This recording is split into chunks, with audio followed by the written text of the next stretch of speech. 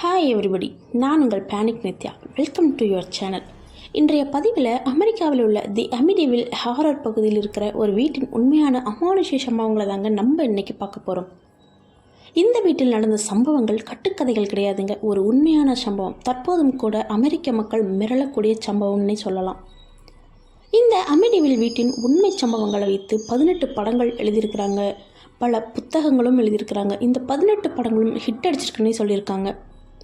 இந்த அமிடிவில் எடுக்கப்பட்ட புகைப்படம் ஒன்று பயத்தை கொடுத்த புகைப்படம்னு சொல்லலாமுங்க, ஒரு அன்சால்ட் புகைப்படம்னு சொல்கிறாங்க. அதே மாதிரி இந்த தொடர் கொலைகள் மர்மங்களில் ஈடுபட்ட ஒரு குற்றவாளி தற்போதும் கூட அமெரிக்க நியூயார்க் ஜெயிலில் ஆயுள் தண்டனை கைதியாக இருக்காருன்னு சொல்லப்படுதுங்க. ஸோ அப்படிப்பட்ட திகிலான கொடூரமான பயங்கரமான அமிடிவில் ஹாரர் கதையை தாங்க பார்க்க போகிறோம். வாங்க வீடியோக்குள்ளே போகலாம். 1974 ஒரு இளைஞர் தன்னோட வீட்டில் இருக்க எல்லாத்தையும் யாரோ ஒருத்தர் கொண்டுட்டாங்கன்னு குடிபோதையில் புலம்பிட்டு இருக்கான். இந்த தகவலை தெரிந்த நியூயார்க் காவல்துறை அவனை கூப்பிட்டுட்டு அவனோட வீட்டுக்கு போகிறாங்க. காலை 6 மணிக்கு அந்த வீட்டை சுற்றி பல காவலர்கள் இருக்காங்க. இதை பார்த்த பக்கத்து வீட்டு மக்கள் எல்லாம் அங்கே வந்து கூடிடுறாங்க. காவல்துறை உள்ளே போய் பார்க்கும்போது ரொனால்டு குடும்பத்தார் 6 பேர் இறந்து போய் கிடக்குறாங்க மர்மமான முறையில்.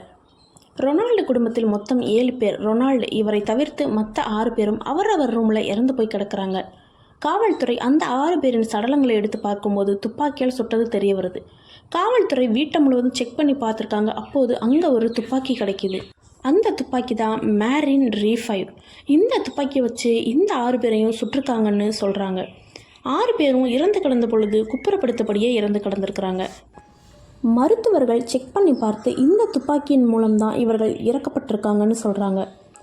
அங்கே எந்தவித பொருள்களும் உடையாமல், அவர்கள் அடித்து துன்புறுத்தப்படாமல், அவர்கள் படுத்திருந்த பெட்ஷீட் கூட கசங்காமல் அப்படியே இருந்திருக்குதுங்க. மருத்துவர்கள் சொன்ன தகவல் 6 பேரும் அதிகாலை 3:15க்கு சுட்டப்பட்டிருக்காங்க, ஒரே நேரத்தில் சுட்டப்பட்டிருக்காங்கன்னு தகவல் வருதுங்க. காவல்துறைக்கு குழப்பமாக இருக்குது. இந்த கண்ணால் சுட்டா கிட்டத்தட்ட 1 கிலோமீட்டருக்கு சத்தம் கேட்கும். ஒருத்தரை சுடும்போது பக்கத்து ரூமில் இருக்கிற இன்னொரு நபர் தப்பிக்க எவ்வளவோ வாய்ப்புகள் இருந்தும் ஏன் இப்படி என்ன ஆச்சுன்னே தெரியலை அப்படின்னு குழம்பி போயிட்டாங்க. இதெல்லாம் தெரிஞ்சுக்கிட்டு பக்கத்து வீட்டு ஆளுங்க கிட்ட விசாரிக்கிறாங்க. அவங்க என்ன சொல்கிறாங்கன்னு பார்த்தா, அந்த வீட்டு நாய் டெய்லியும் 3:15க்கு குலைச்சிக்கிட்டே இருக்கும். அந்த 6 பேர் சுடப்பட்ட அந்த நாள் நவம்பர் 13 நாய் கத்துற சத்தம் கேட்கவே இல்லைன்னு சொல்கிறாங்க. காவல்துறைக்கோ இப்படி இருக்கும்போது எப்படி எந்தவித சைலனர் யூஸ் பண்ணாமல் இது நடந்திருக்க முடியும்னு யோசிக்கிறாங்க. அப்போதான் அந்த வீட்டில் செக் பண்ணியிருந்த தடவியல் துறை ஒரு விஷயத்த சொல்கிறாங்க காவல்துறை கிட்ட.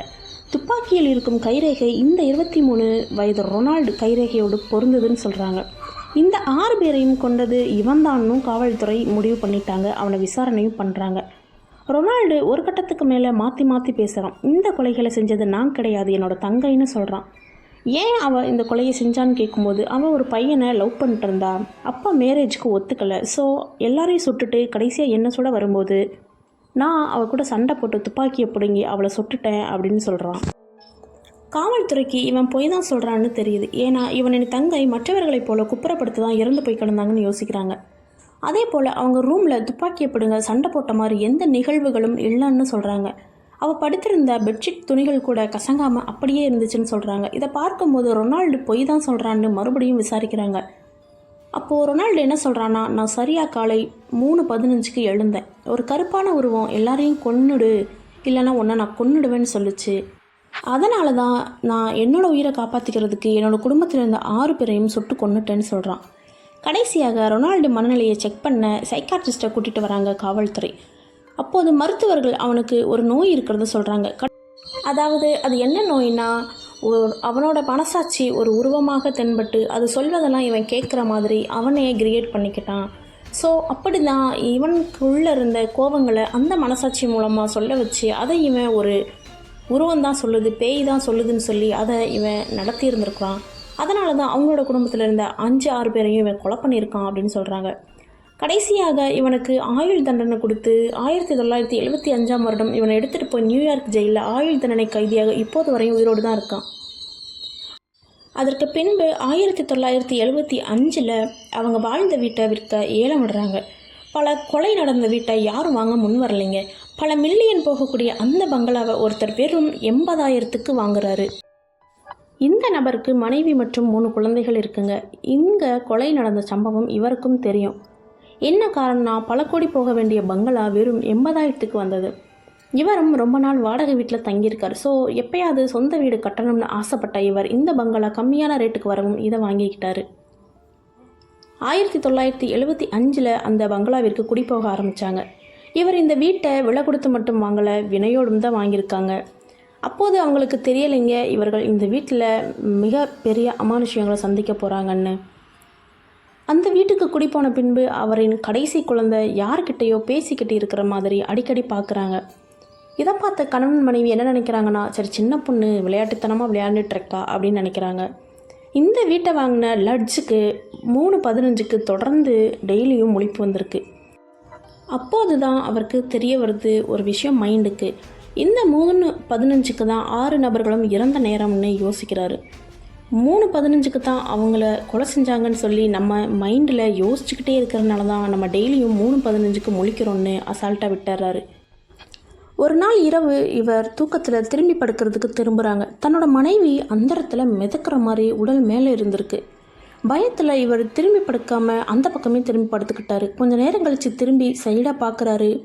தன்னோட மனைவி எப்பவும் போல் சாதாரணமாக மேலேருந்து கீழே வந்து படுத்துட்டாங்க. இவர் பன்றி பிஸ்னஸும் கூட பண்ணுறாரு. இந்த பன்றிகளை அவர் வீட்டு பக்கத்துலேயே தான் பண்ணையில் வச்சு பார்த்துட்ருக்காரு. இந்த பன்றிகள் நைட்டெல்லாம் ஒரு மாதிரி கத்திக்கிட்டு இந்த வீட்டையே பயத்தோடு பார்க்குற மாதிரி இருந்திருக்கு. அப்போ தான் இவருக்கு ஒரு விஷயம் புரிய வருது. இந்த வீட்டில் ஏதோ ஒரு அமானுஷ்யம் இருக்குன்னு தோணுதுங்க. அதற்கு பின்பு நியூயார்க்கில் இருக்கிற ஒரு சர்ச் ஃபாதரை கூட்டிகிட்டு வந்து எங்களையும் எங்கள் வீட்டையும் ஆசீர்வதிங்கன்னு கேட்குறாரு. அந்த ஃபாதரும் வந்து ஹோலி வாட்டரை எடுத்து எல்லா ரூம்களையும் தெளிச்சிட்டு முதல் தளத்துக்கு போகிறாரு. அங்கே அவர் ஹோலி வாட்டரை தெளிக்கும் போது மிரட்டலான குரல் ஒன்று கேட்குது. கெட் அவுட் அப்படின்னு, இந்த வீட்டை விட்டு வெளியே போ அப்படின்னு கோபமாக கேட்குது. பயந்து போன இவரோ இந்த சத்தம் எங்கேருந்து வருதுன்னு நோட் பண்ணுறாரு. அப்போது இவர் கண்ணுக்கு என்ன தெரிஞ்சதுன்னு தெரியலை. இவர் வேக வேகமாக தன்னோட காரை நோக்கி ஓடுறாரு. ஒன்றும் புரியாத வீட்டு உரிமையாளர் ஓடிப்போய் என்னாச்சு ஃபாதர் என்னாச்சு அப்படின்னு கேட்கும்போது, இந்த வீட்டில் யாரும் இருக்காதீங்க, வீட்டை காலி பண்ணி போயிடுங்கன்னு ஒரே வார்த்தையை சொல்லிட்டு கிளம்பி போயிட்டார் அங்கேருந்து. ரொம்ப ஆசையாக வாங்கின இந்த குடும்பம் விற்க முடியாமல் இந்த வீட்டை கஷ்டப்பட்டு அந்த வீட்டில் 28 நாட்கள் இருந்திருக்கிறாங்க. அதற்கு மேலே அங்கே இருக்க முடியாமல் அந்த வீட்டை காலி பண்ணிட்டு போயிட்டுருக்காங்க. அது குடும்பம் இல்லாமல் குழந்தைகள் தனியாக பேசினது, மனைவி அந்தரத்தில் மிதந்தது, ஃபாதர் வந்து போலி வாட்டர் தெளிச்சப்போ வீட்டை விட்டு வெளியே போகணுன்னு சொன்னது, அந்த அமெரிக்கா முழுவதும் பேச ஆரம்பித்தாங்க. தற்போது வரைக்கும், அதாவது 2026 முதல் அந்த வீடு கிட்டத்தட்ட 7 பேர்கிட்ட கைமாறி இருக்குன்னு சொல்கிறாங்க. வீடு குறைஞ்ச விலைக்கு கிடைச்சாலும் கூட அந்த வீட்டில் தற்போது வரைக்கும் யாருமே தங்க முடியலைன்னு சொல்கிறாங்க.